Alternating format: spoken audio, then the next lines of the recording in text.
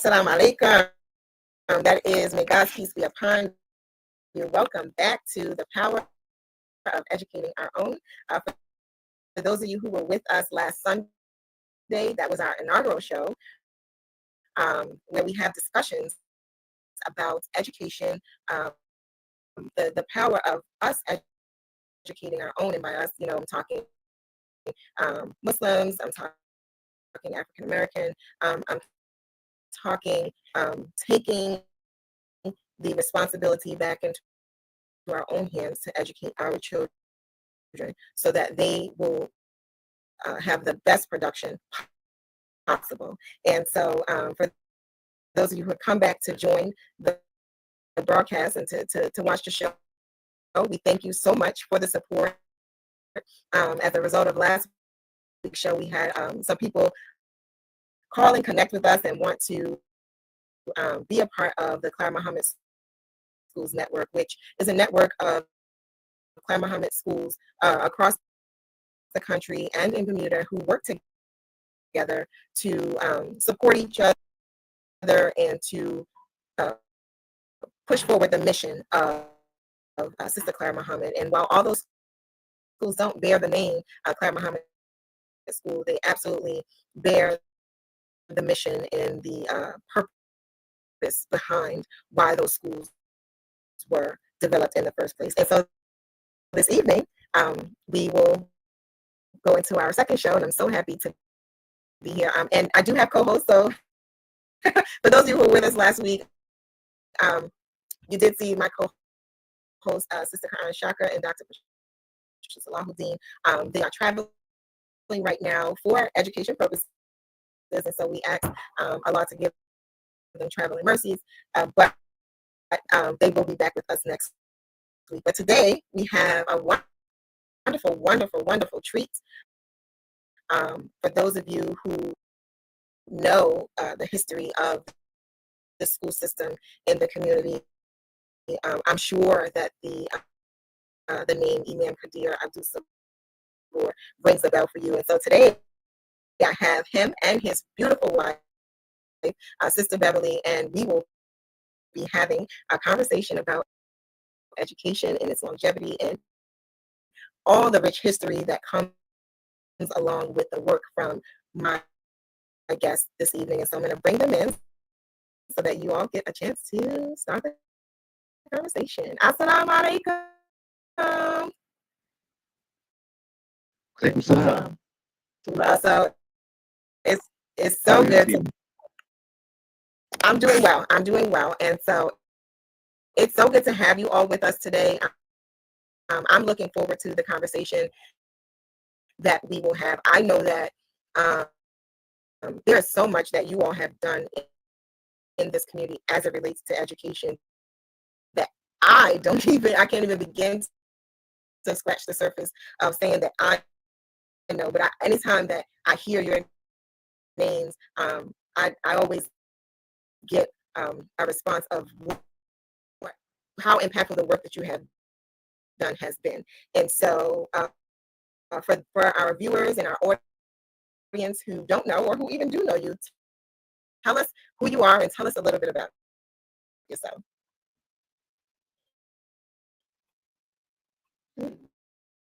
Okay, assalamu alaikum. I was going to let my wife speak first, but she told me to go ahead. I don't know why that is. Okay, my name is Kadir Abdul, and I've been a member of this community since 1972, I think. Yeah, about 1972.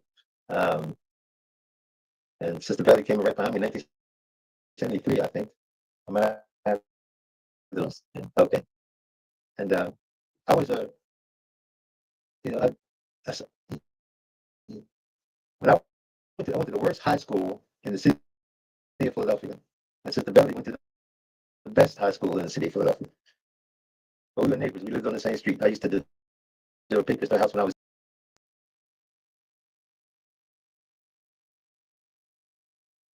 The history of the school system in the community. I'm sure that the name Imam Kadir Abdul Sabur rings a bell for you. And so today I have him and his beautiful wife, Sister Beverly, and we will be having a conversation about education and its longevity and all the rich history that comes along with the work from my guests this evening. And so I'm going to bring them in so that you all get a chance to start the conversation. Assalamu alaikum. Alaikum salam. So it's How are so you this good to evening? I'm doing well. I'm doing well. And so it's so good to have you all with us today. I'm looking forward to the conversation that we will have. I know that there is so much that you all have done in this community as it relates to education that I can't even begin to scratch the surface of saying that I know. But anytime that I hear your names, um, I always get a response of how impactful the work that you have done has been. And so, for our viewers and our audience who don't know or who even do know you, tell us who you are and tell us a little bit about yourself.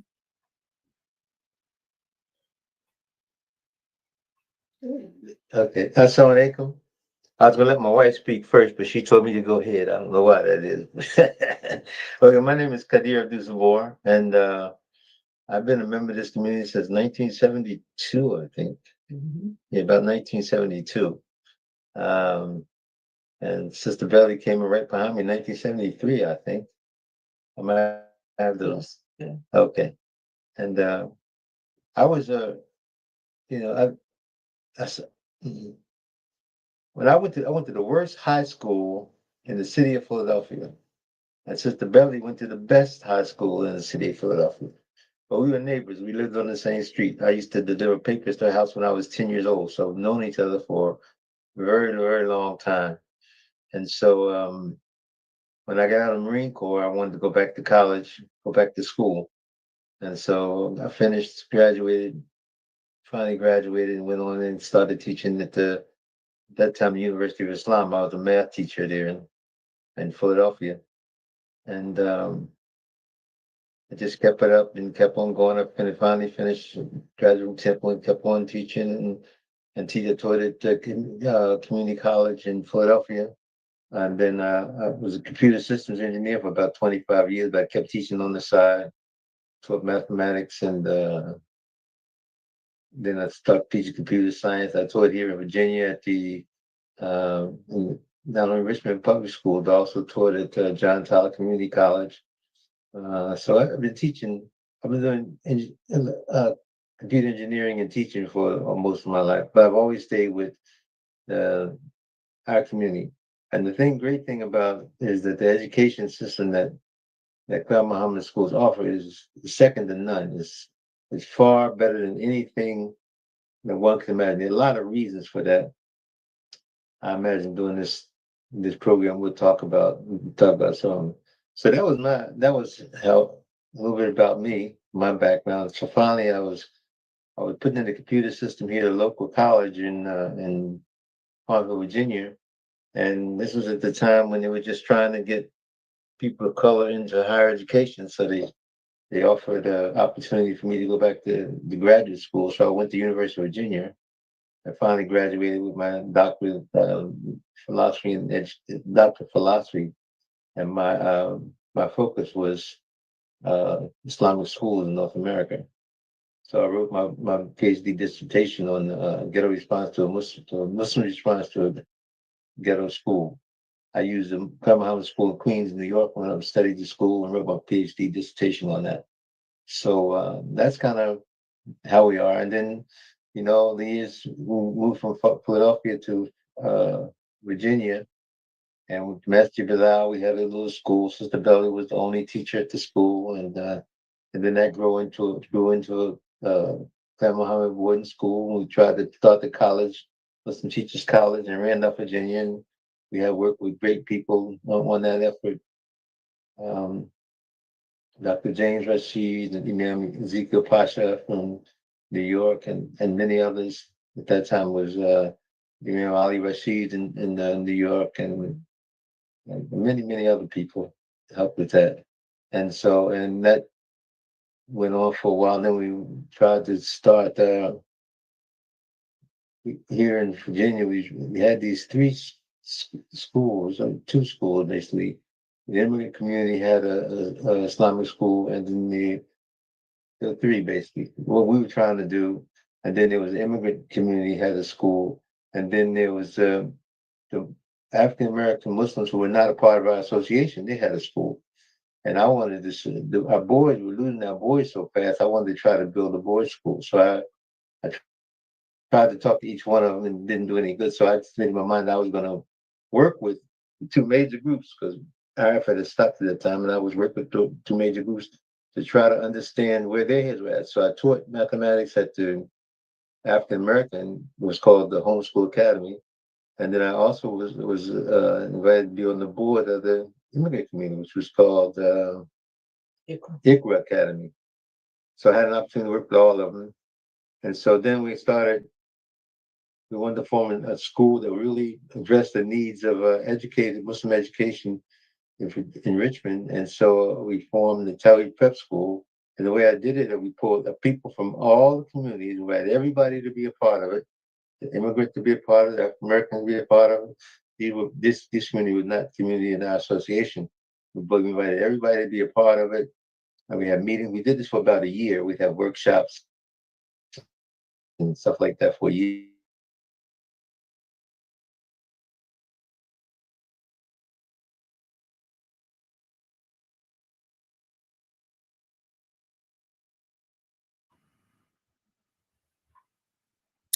Okay, so we're frozen, but I don't know if that's me or our guest.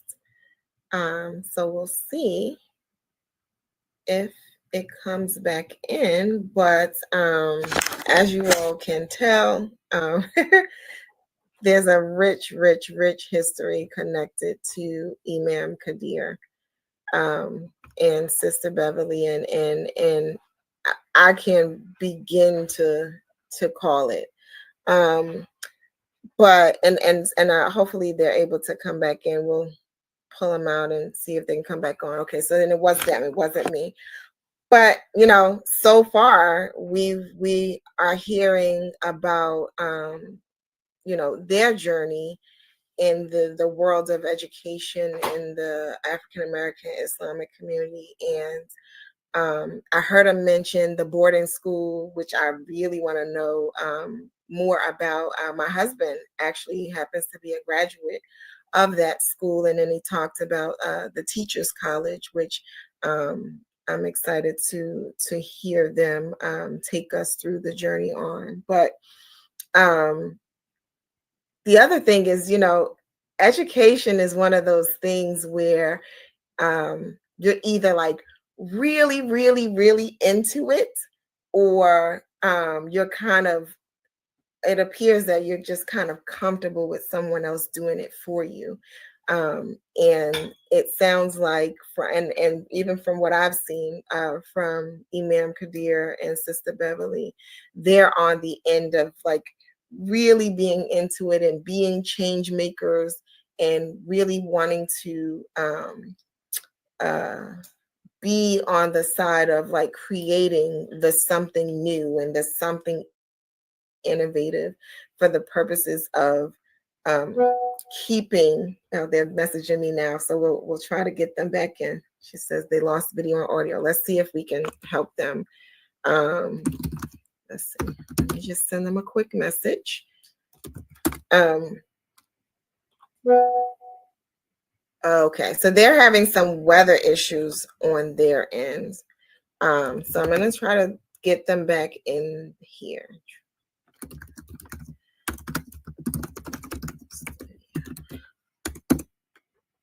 Okay, let's just see if that works. Because then we'll just we'll just do the best we can to have a conversation, and hopefully they're able to come back in, and we don't have to bring them back another time.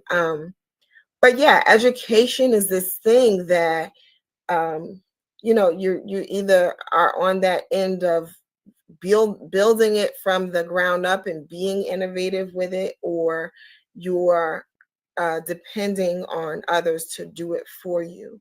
And we know as Muslims that it's our responsibility to make sure that our children are cultivated in the best manner so that they are produced in the best mold, right?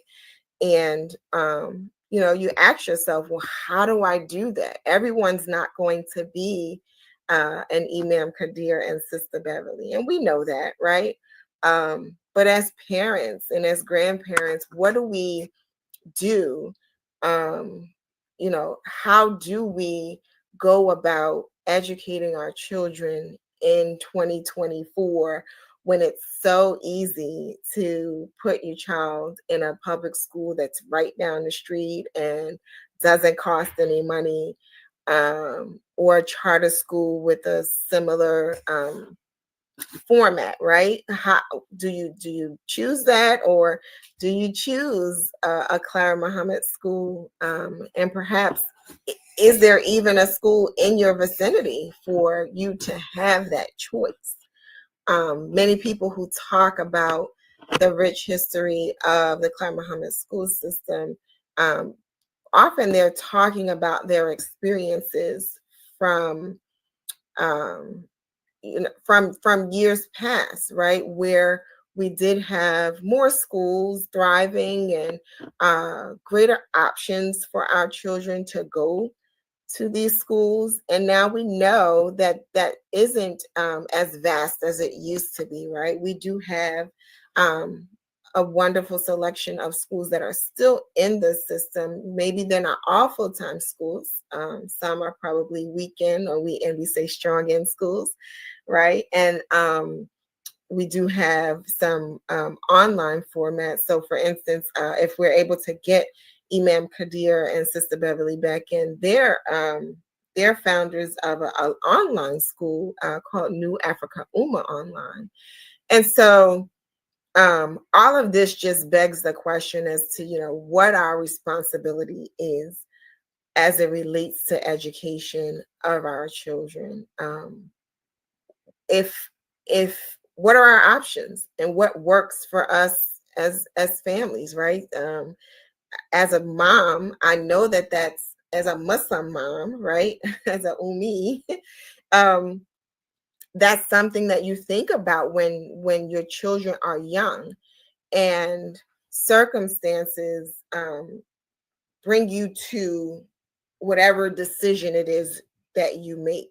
My children have had the experience of being in a charter school, um, one of my daughters in a public school, and then they've also had Clara Muhammad School. And so um, they've even seen the difference in experiences as it relates to. Okay, they're still trying to come in, so I'm gonna keep talking because inshallah they will be back in with us. Let me just send them a quick message.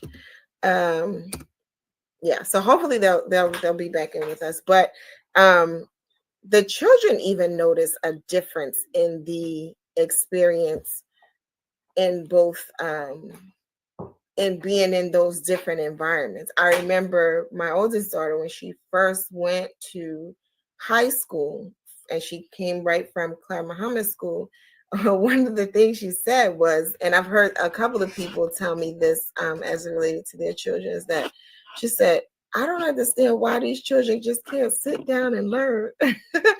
And it was because she had come from an environment that was it was different, the structure different, right? Um we didn't have all of the things that they've experienced, that she was experiencing in the new environment. We didn't have that at the Clara Muhammad School. And so while we wait for Dr. Kadir and Sister Beverly to come back in, we were having some technical difficulties getting on AM 360. We're now on AM 360. And so I want to welcome all of those who are listening in from AM 360. And for our viewers on Facebook and YouTube, go ahead and put in the chat and tell us where you're calling from or where you're viewing from. And I have Dr. Kadia and Sister Beverly back. Assalamu alaikum. You're back. We Okay. live way out in the country, and when it starts raining, we lose our internet. So that's what happened. Sorry. Not I a had to problem. switch Not to a our slower problem. internet out here. No problem. I was So just I was yap until you got back.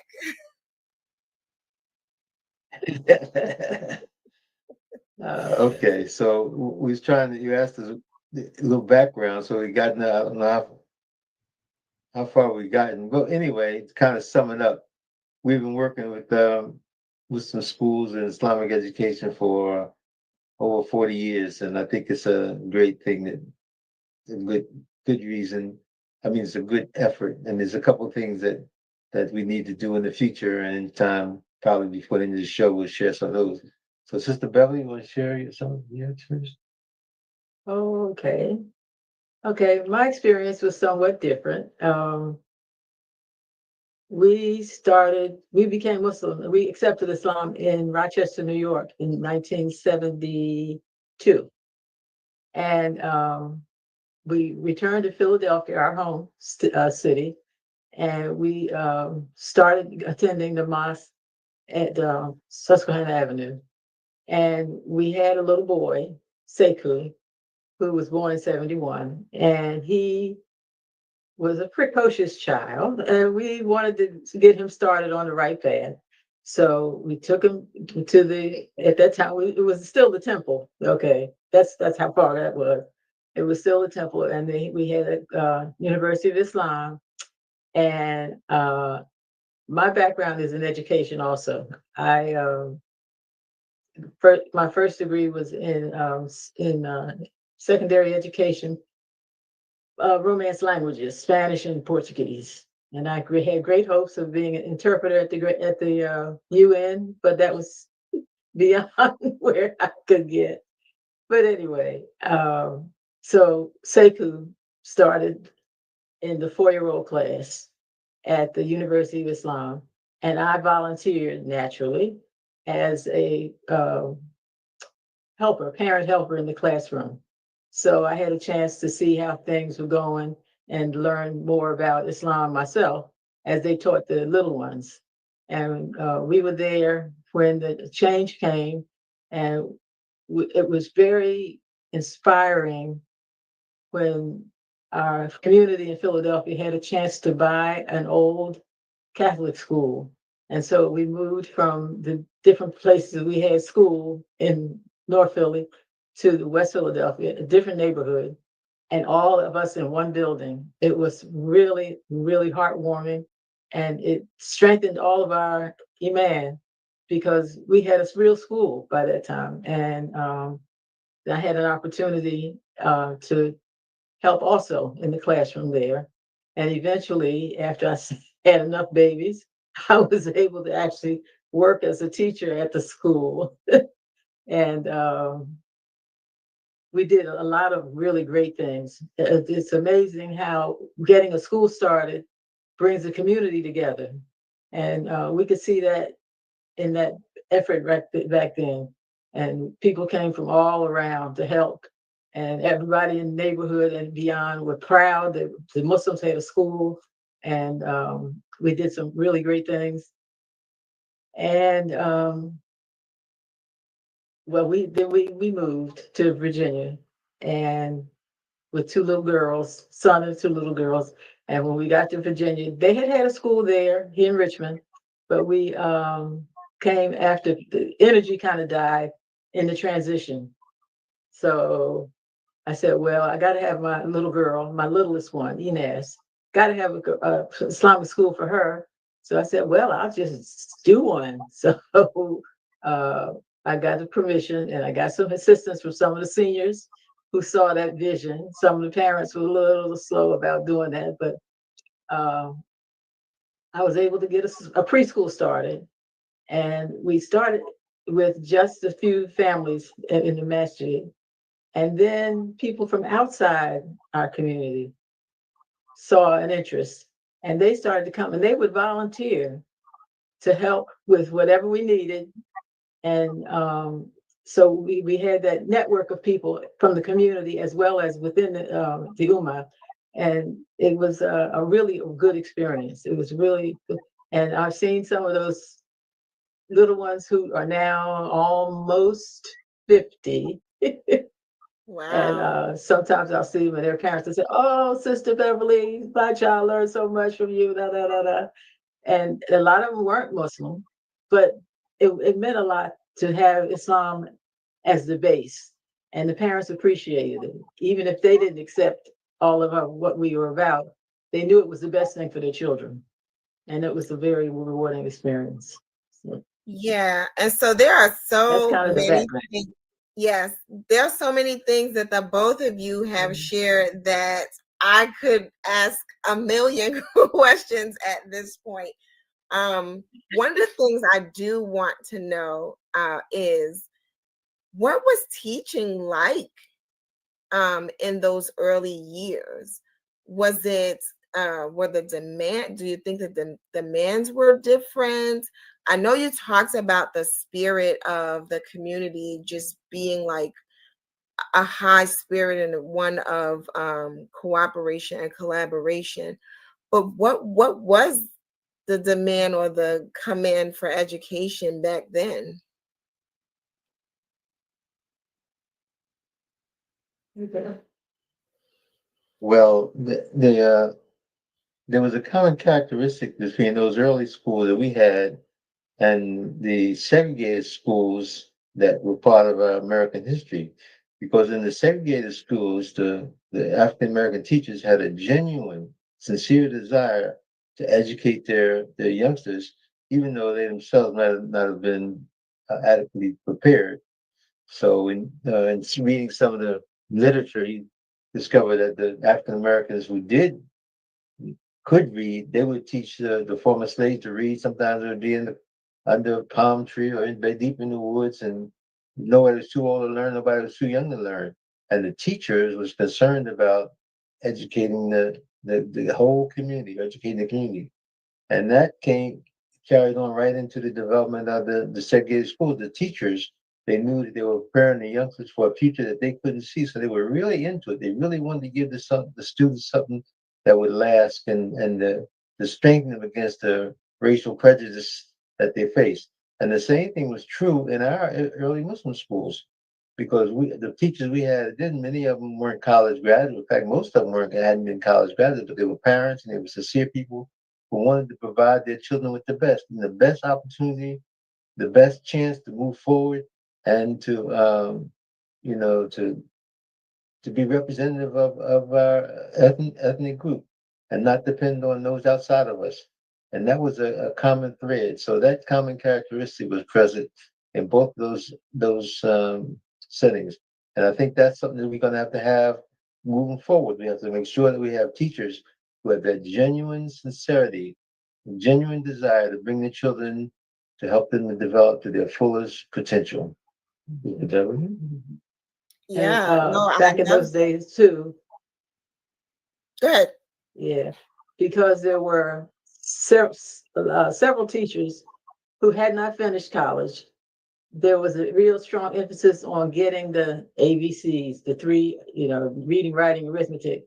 So we had a lot of pressure to make sure the kids got what they needed. They, in addition to being Muslim and behavior, but there was a lot of emphasis on academics, and we had to struggle. Uh, we had to, back in those days, we used disposable workbooks. Yeah. And that was a challenge. That was a real challenge. And because I was already a trained teacher, it was kind of awkward for me to just stick to following that book, right along, right along, right along. But we have to do what you have to do. If the principal said that's what you're going to use, that's what we use. But we had some leeway, a little. We had some, and we were able to get some things done. And those were the early days of us learning of the Quran. And we hadn't quite got to Hadith yet, but we were learning Quran and learning how to pray. and learned a little bit of the history of our prophet, peace be upon him, just a little. Okay, but really, a lot of the emphasis was on getting academics and keeping the behavior in an Islamic form, if that Yeah. makes sense. Yeah, no, Okay. it makes complete sense. And it sounds like there were many successes and some challenges in there too. One of the things that stands out from me for me in the work that you all have done over the years is that, you know, it anytime I hear you all speak, you all come across to me as trailblazers, right? It was just like, well, there's no Islamic school for my daughter. Well, we got to create one. Let's just make it. And I think that that's so inspiring because, you know, we don't always see those things modeled for us in present day. There was something that, Sister Beverly, that you had said earlier about the fact that not all of the children in the school were Muslim children, but that their families appreciated them having that Islamic foundation in their education. Talk to us a little bit about that, because I know one of the things that we brought up in last week's show was the emphasis that the Claire Muhammad School is for everyone. And even in this broadcast, our prayer and our hope is that uh, those who listen and those who view in will understand that this school system is for the benefit of all. So talk to us a little bit about how that worked. There were students in the school who weren't even Muslim. The especially after we moved to Virginia and we started a real school, real Clara Muhammad school, and it was from pre-K to 12. And we had, oh my gosh, I taught the third through fifth grade, and I had 20 students, and only three of them were Muslim. The other 20 were, of the 17 were children from the neighborhood and Wow. children who were friends of or cousins of the three that were there, right? But it was just everybody wanted to learn. Everybody had the same idea. When they came to school, we were supposed to do, you know, we were learning about prayer. We were starting to learn Arabic. Um, we were learning about Muslim behavior for young children, and about being a neighbor to each other. And it was a very good experience. And we got so that even the non-Muslim parents were recruiting other non-Muslim parents to bring their children, and it was good. It was good, and we had a lot of good conversations for parent um, when having parent meetings. Uh, we could talk frankly about things and our expectations and what their expectations were, and it was, oh yes, whatever you need to do, just about go, whatever you need to do. I said, well, wait, I can't do it like I do my own children, but whatever you need to do. but but it's good. People realize their sincerity, and the practical things, and we tried to do a lot of things that engage the children's imagination and their appreciation of Allah and the universe. Well, I had a lot of plants and all kinds of things that we studied as part of our science, as well as our Islamic studies and math, and all of those things were all tied together in our the way we did our classes. It was, and you'll see some of the things that I wrote, some of the lessons that I wrote, the units show you the interrelatedness, the tawheed of all things. And so we had a lot of that. And that awakens the spirit, even in the parents' minds, that this is a good thing. Wow, I never thought about that. And so it was good. It was really good. I had to do a lot of uh, sometimes like personal counseling. Sometimes parents, younger parents, would have questions, and I have to answer some of those questions or address some of those things. But it was good. It was really good. Alhamdulillah. Yeah, So that's great. That's that's great. And so for those, I didn't hear the last piece. no, it's okay. Oh, okay. It's all right. Okay. It's So not. for those of you, for Yeah. those of you who are just tuning in or just watching us on social media, this is the power of educating our own. Our guests today are Imam Kadir Abdul Sabur and Sister Beverly Abdul Sabur. And we are discussing all things education, and we've got some good information on their history in this community as it relates to education.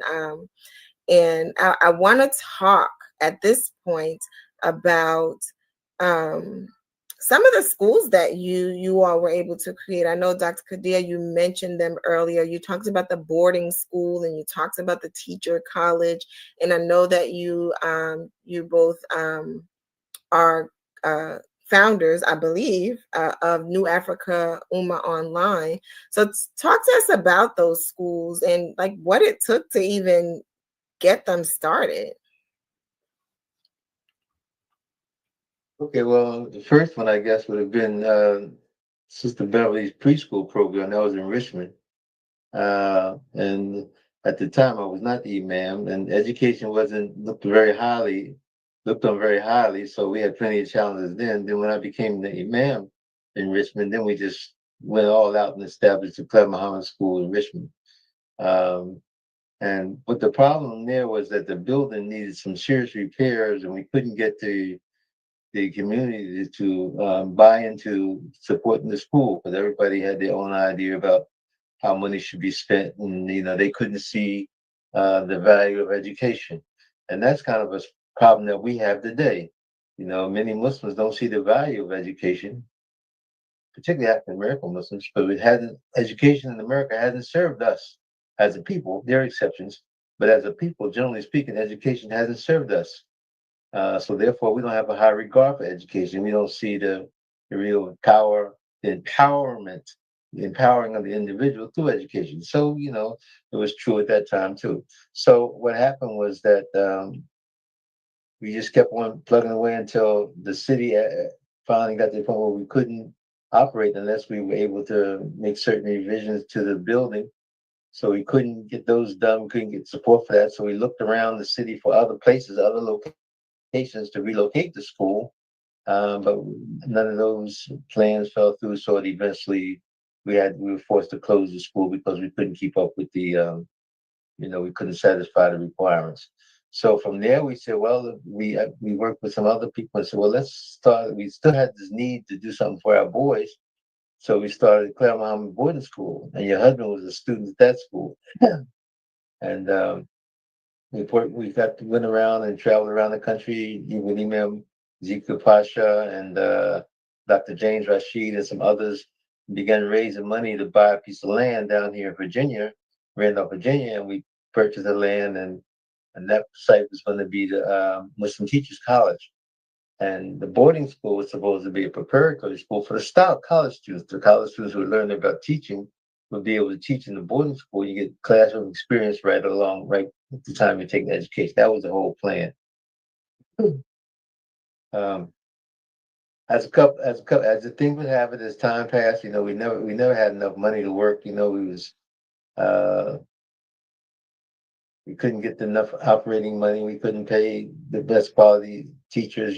So eventually, that effort was forced to die because we didn't have the kind of support that we needed. We tried to get support for the school to continue growing, but we weren't able to. But some of the students have done very well. That they left the boarding school and they've gone and done great things.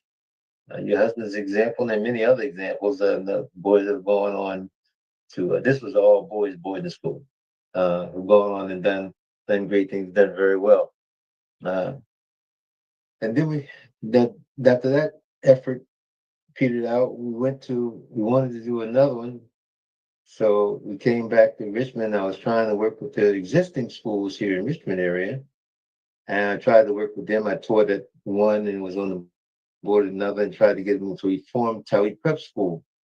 And this was a day school. We started with about 8 students, and after before I was stepped back from the director, we had I think about close to 40 or 50 students, but we'd already earned accreditation. This was eight through 12, grades 8 through 12, and we'd earned national accreditation. We had been accredited. We were accredited, and that school eventually merged. When I stepped back from the directorship and allowed some others to take over and move it forward, they moved the school, merged the school into the New Medina, Medina School.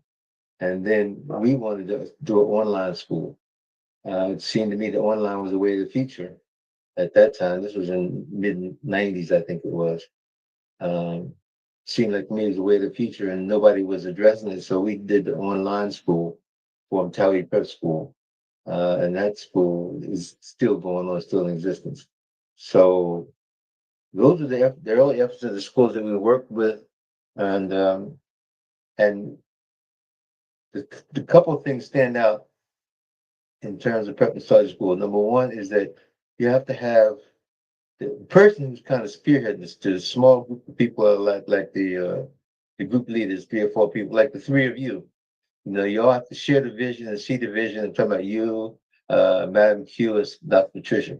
They have to see the vision and share the vision and see the vision 15, 20 years down the road. And you got to have behind you people who push you and encourage you to do that, you know, and push. Then they have the experience to see the kind of pitfalls that you're going to run into, and try to help with those pitfalls. And one thing that's always a problem for us is money. We never have enough money to do the schools.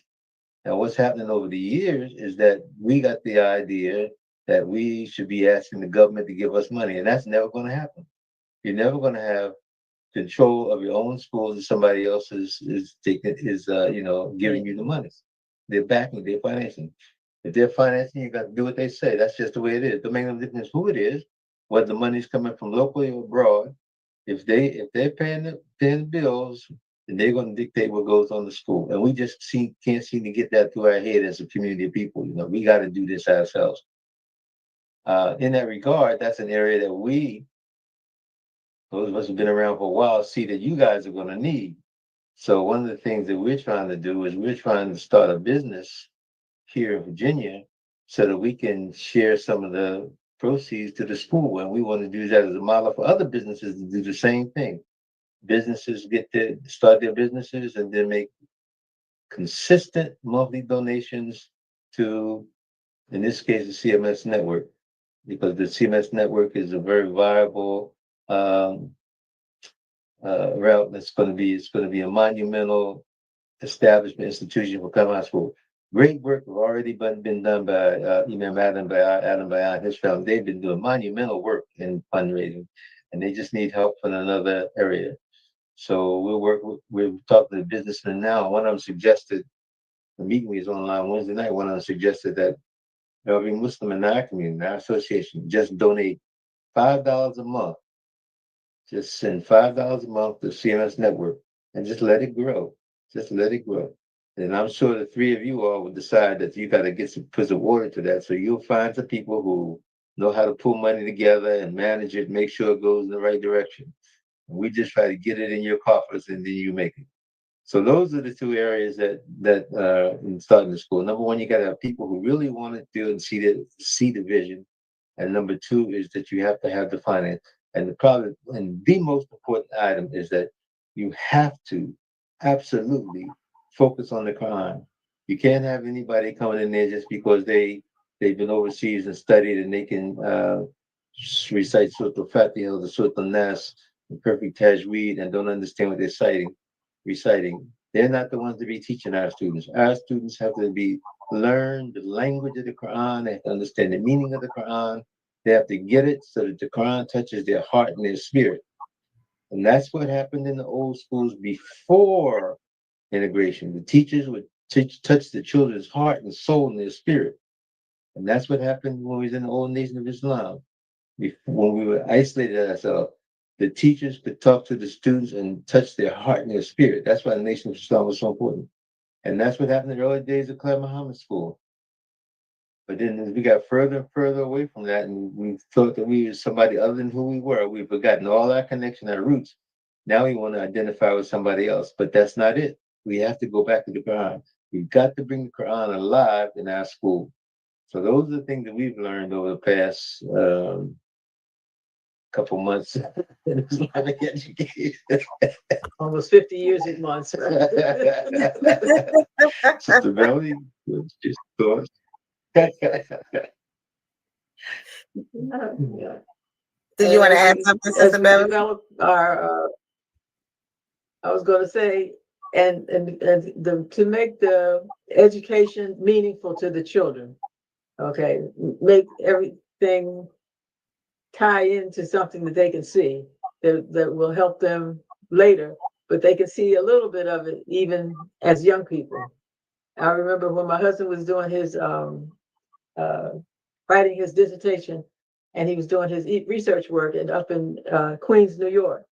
And the imam there was Imam Bakruddin. He was an amazing, amazing person. Mm-hmm. And he had a long career in the nation before the transition. He was very insightful. And he used to say, you know something? One of the things that really helped our community back in the day is the teachers, the school taught the parents as well as the children. Right. They have to keep that in mind. You're teaching the parents through the children. You're teaching the children, but keep in mind that the parents are also students of ours. And that's how we build a strong foundation and a network of believers and supporters. And I always remember that and try to keep parents and community people connected to what we were doing. That's many different things that we've done. But that's something that may Allah bless Imam Bakruddin, inshallah. Inshallah, I mean, yeah. And so there are so many things that you all have just touched on. Imam Kadir gave us some like, you know, points to establishing institution. You know, keep Quran first, have vision, and you definitely need some money. Right. But those were some key things to share, right? Because we do kind of struggle with the establishment of institution that's sustainable, right?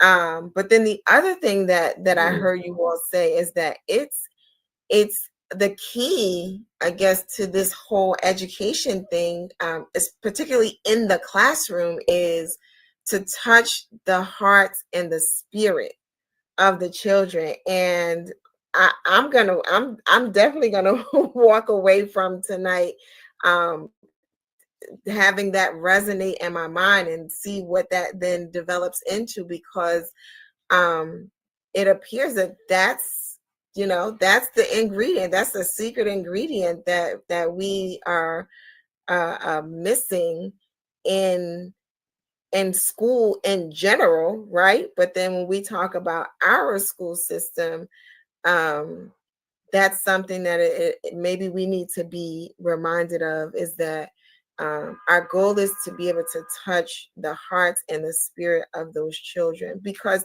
if we think about it, as parents and grandparents, just older adults in the vicinity of young children, we always want them to grow up and be productive, and we want that seed to grow into this like flourishing plant or flourishing flower.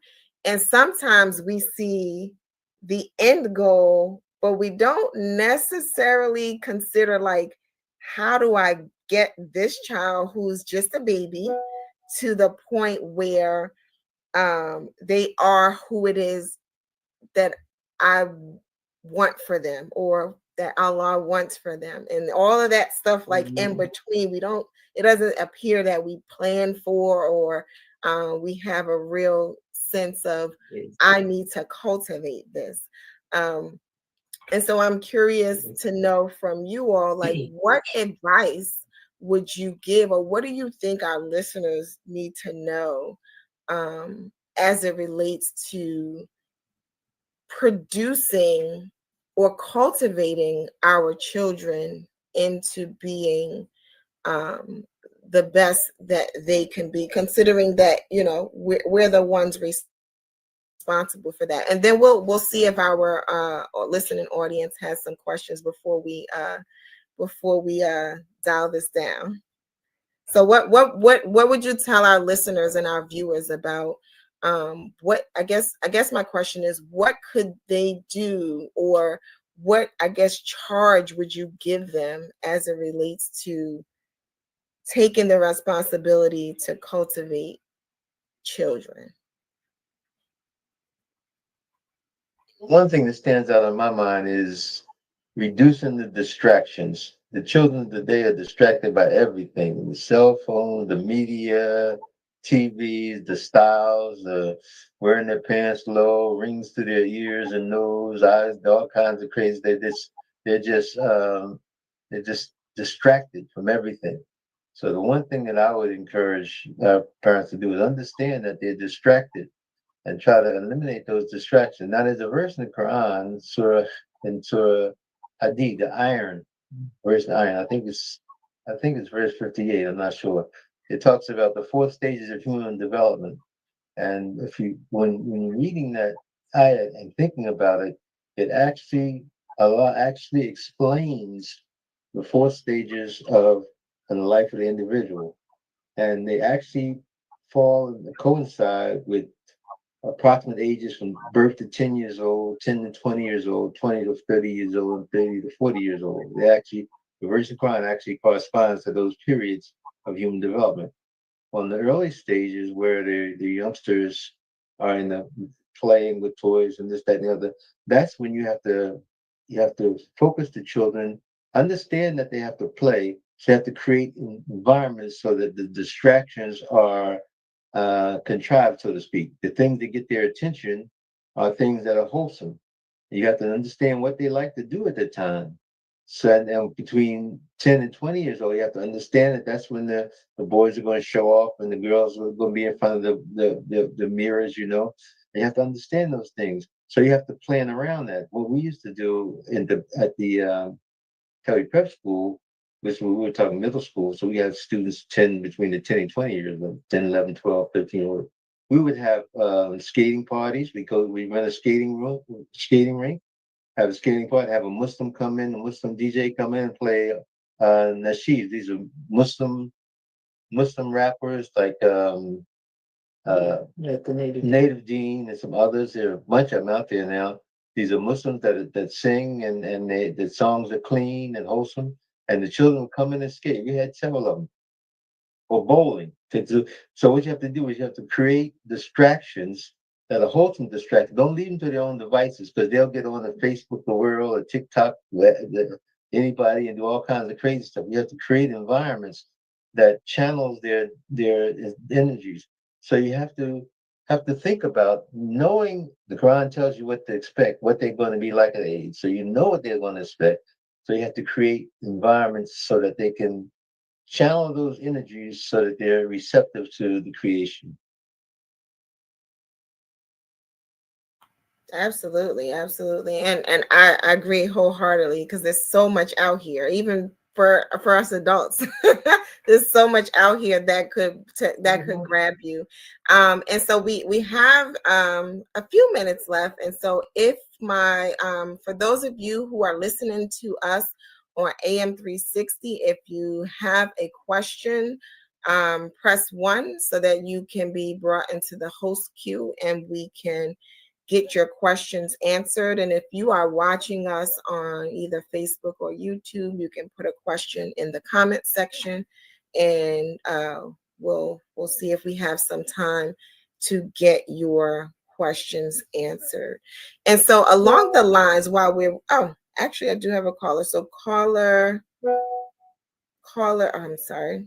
I got a couple of messages coming in on my end. Okay, caller 7426, press 1 so that you can be brought into the host queue. Yeah, assalamu alaikum. It's Brother Muhammad from the Ummah, by the way of Hinesville, Georgia. Consistency and to see parental education that our children, and when put in its proper context, they begin to understand naturally that it is the best thing for them.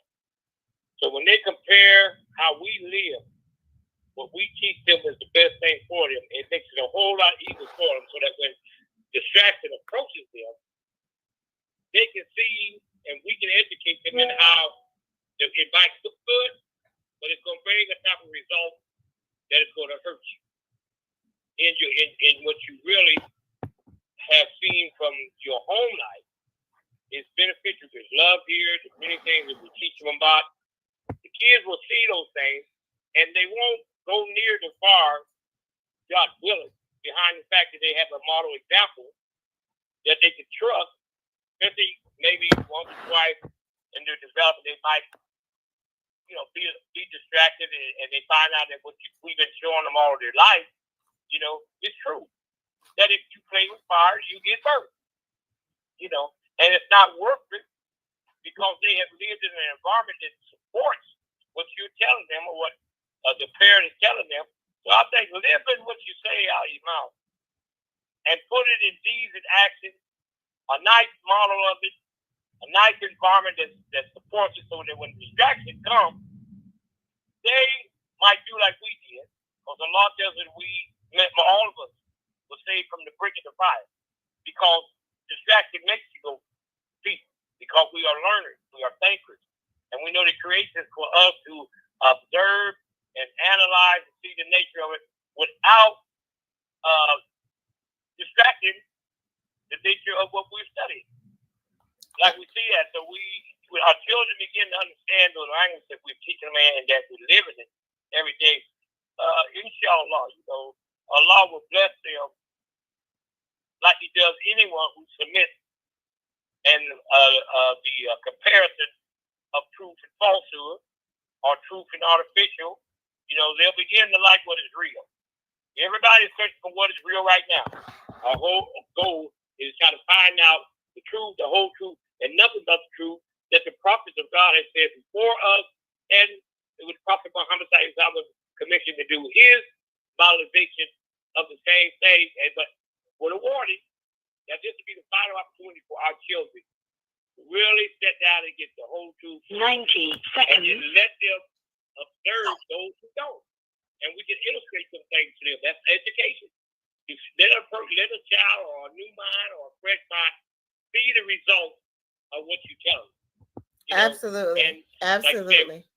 Thank you. Go ahead. Make them think, at least they know that they won't do it again, most likely. Right. Yeah. And we thank you for sharing that with us. Leading by example is so very important. And actually, we're running out of time on our AM 360, but we can absolutely continue the conversation here on Facebook. So for those of you who are joining us on AM 360, we thank you for being with us today on The Power of Educating Our Own with our guest, Imam Kadir Abdul-Sabur, and his wife, Sister Beverly.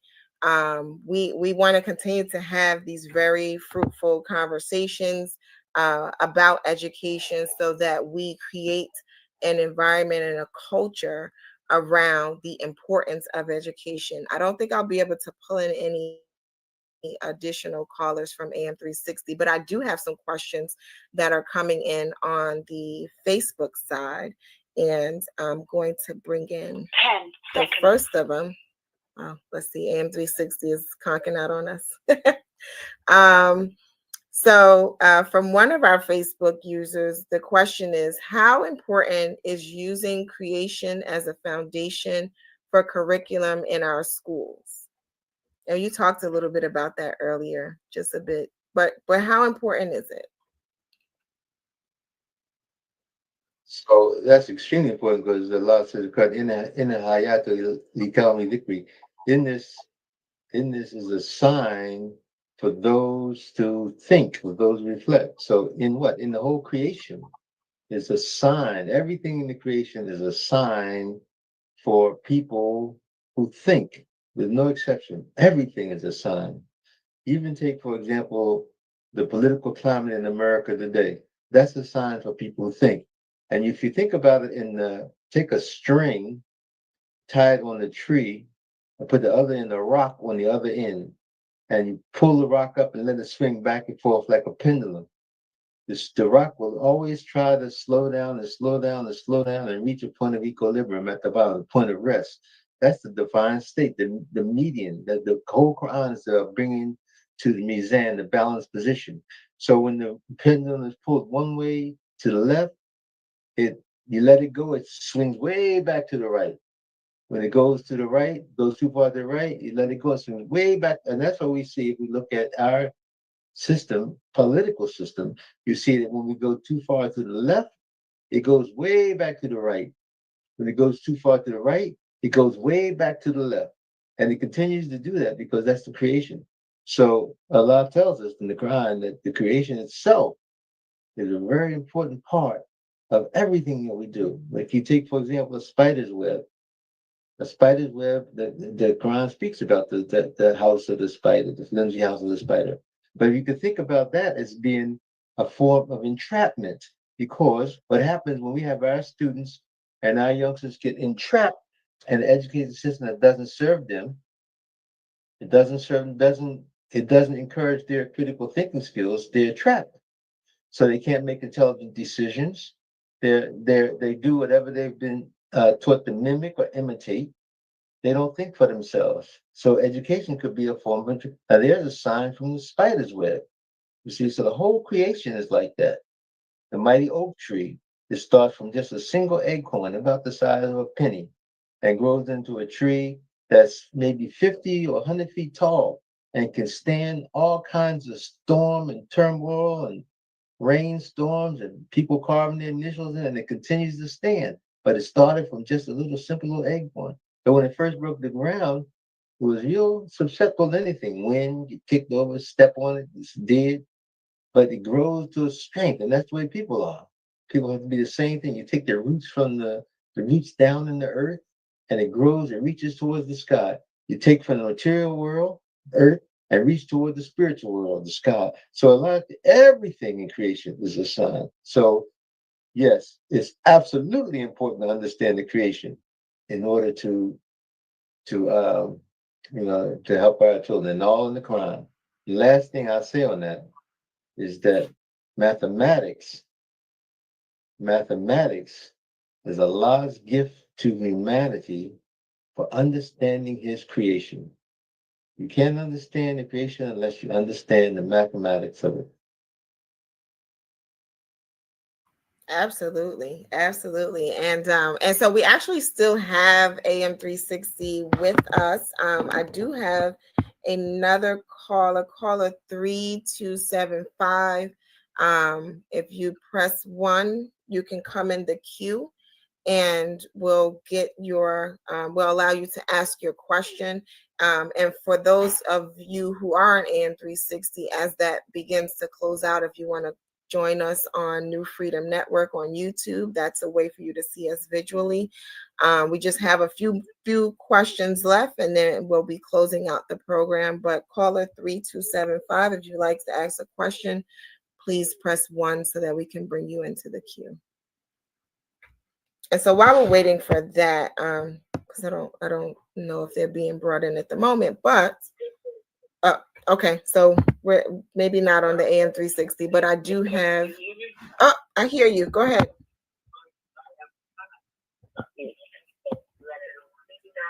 We can hear you. You can ask your question.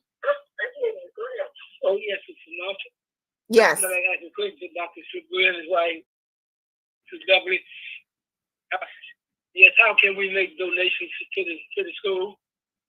Oh, okay. So they're asking how they can make donations to the school. And so are you talking about New Africa Ummah? Are you talking about the Claire Muhammad Schools Network?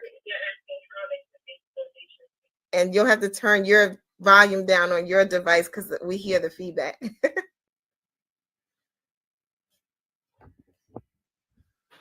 Caller, are you still there? Well, I guess the school that's on the online school. I would say, yeah. Oh, okay. So they want to know how they can make The online school that you listen to Mr. Journal. Got you. Wants to make they want the caller wants to know how they can make a donation to New Africa Uma Online. Thank you, The answer caller. to that is that just go to the website, go to our website, newafricanuma.net, newafricanuma.net, and then at the very top you'll see a drop down button, and you click on the donate button, and it'll take you right to a page where you can donate. And it's recurring. You can just make a one-time donation, or you can make a recurring donation, like $5 a month or something like that. Something that doesn't hurt you, but it helps the school. $5 a month. I mean, you wouldn't even miss $5 a month, but it would help the school. So if you imagine 1,000 people donating $5 a month, it makes a difference. So just go to the website, newafricanuma.net, and then click on the donate button. The donation button drops down, window opens, and you can make a one-time donation, or you can make it a recurring donation. Every month you can donate $5 a month, or whatever is easy for you. Thank you so much for Thank that. you. You're putting it in the screen. That's great. Yeah, I was gonna say at the bottom of the screen you see the web address to New Africa Uma Online. We have a few comments I'm gonna bring up. When we speak on our schools, and actually this one is a question. I was going to bring up a comment, but we'll go with this question. When we speak on our schools and curriculum, should we share the same epistemological philosophy and pedagogy? That's a deep one. I don't even know if we'll get all the way into that one tonight. We may have to address that on another show, but Imam Kadir, feel free if you'd like to approach that one this evening. Okay, see, the thing is that we find that those of us who've been in the academic arena for a while, we tend to use terms that are significant. They have significant meaning and undercurrent. They're sometimes positive, sometimes negative. So what we have to do is think about it a little differently. So Imam Muhammad said, go in the Quran, go into a book with nothing but the Quran, and go into a room with the Quran and a dictionary and come up with a curriculum. What that means is that I would understand that to mean what you do is you don't try to make your school fit the terminology of somebody else. What you do is you go into your school with the foundation of your school, which is the Quran, and then everything else comes out of that. So you don't have to use terms like epistemology or any of those ontological terms, because they're not really meaningful. What you're trying to do is you're trying to instill the spirit of the Quran into the hearts and the souls of first the teachers, then the students and their families. And you do that when the teacher has a thorough understanding of the Quran. And he or she can only do that when they really put the Quran in their own life and it manifests in their interaction with others. Yeah, and that's what our earlier caller was talking about. You know, when you're living it yourself, when you're implementing the Quran yourself, it's easier to then impart that to your students and into the culture of the school that you're connected with. And so that just lifts that point back up. I had a couple of comments here. One, so we have Sister Bina joining us from North Carolina.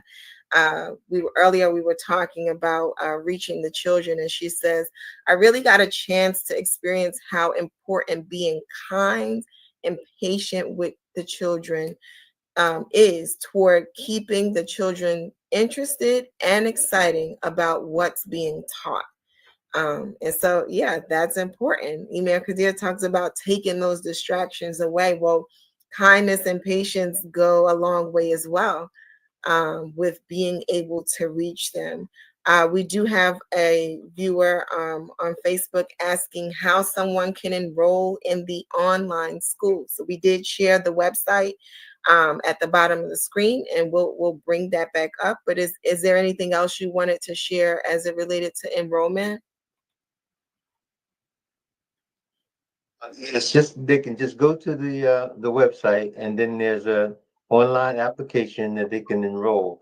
And it's really, we're really doing a lot with homeschools, or if a parent has a student in another school situation, either homeschool or whatever, they can enroll for one class or they can enroll for the whole program. And right now it's a middle school program, and we think of it as like a program that takes the youngster from elementary school thinking and put them into a high school frame of reference, high school thinking. So they learn all the basic things, that the academics that you need, but also they learn about bringing the Quran into their life and into all aspects of their learning environment. So the answer to that question is that you'll find everything you need online. And our principal is Sister Michelle Sakael, and her contact information is also given on the website. Excellent. So for those who are interested in the online school, the website is scrolling at the bottom. Oh, well, it's positioned at the bottom of the screen. For those of you who are listening to us on AM 360, that website is www.newafricaumma.net. That's new, N-E-W, Africa. Oops, excuse me. What is it? Did we get it right? African. Oh, yes. Thank you. Thank you for that correction. Yes. It's www.newafricanumma.net. And so we'll get that correction on the screen so that everyone can see that. New African, we're going to highlight it. There you go. newafricanumma.net. And so if you're interested in enrolling a student, or you're interested in making a donation, that is the website that you will go to, and you'll be prompted on the website to fill out the application. I want to thank Imam Kadir and Sister Beverly so much for being with me this evening. I had to steer the ship without my partners who are traveling this evening, Dr. Patricia and Madam Q, Sister Quran. We asked Allah to grant them traveling mercies, but I got a chance to be with some real pioneers, right? Those who have impacted education in this community in a very significant way, and they have not left their post. They are still making those impacts.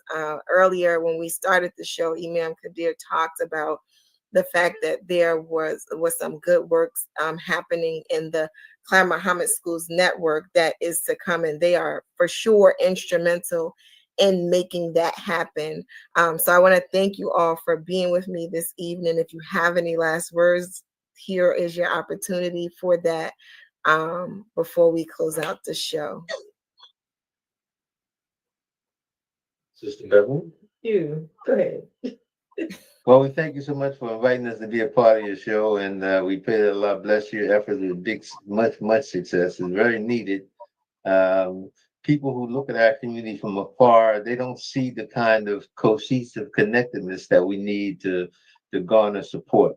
So we have to pull that from within. We have to join together, see the value in what we're doing, and support what we're doing. And the CMS networks right now is the most focused entity that I see on a rather for our school, for our school network, that are actually doing something constructive. So we wish you that Allah bless you all with much success. I mean, Sister Beverly, do you want to add something? I'm not going to let you off the hook. My gosh. Well, may Allah continue to bless you all. And you'll see that you'll get people around you will get excited, and they'll get other people excited. And just keep the excitement going. And Allah will bless you, bless us with the schools that we need and the schools that we want, and the children will be proud of them, and we'll be proud of the children. Alhamdulillah, alhamdulillah. So may Allah Absolutely. continue to bless you. Amen. Amen. And so I just want you all to know that you keep us excited. Your story keeps us fueled to keep pushing, to make you, know that your efforts were not in vain, and that the great things that you have done are stair steps to the awesome things that we will continue to do. And so again, I thank you for being with us. This has been the power of educating your own. We will be here every Sunday at 7 p.m. You can find us on Facebook and YouTube at New Freedom Network. You can also find us on Facebook at New Freedom Exchange Show. And we'll be on AM 360. So we're trying this simulcast thing, and hopefully we'll perfect it. But I think it went pretty well today. We've had some people joining us on the Blog Talk Radio, as well as those who see us on social media. We're at show number 2, and we're excited. This is a show produced by the Clara Muhammad Schools Network, which was established in 2020. It's a collaboration of Clara Muhammad schools around the country and in Bermuda, and we are working to establish sustainable quality education in our communities for our children and those in our communities. And until next week, assalamu alaikum.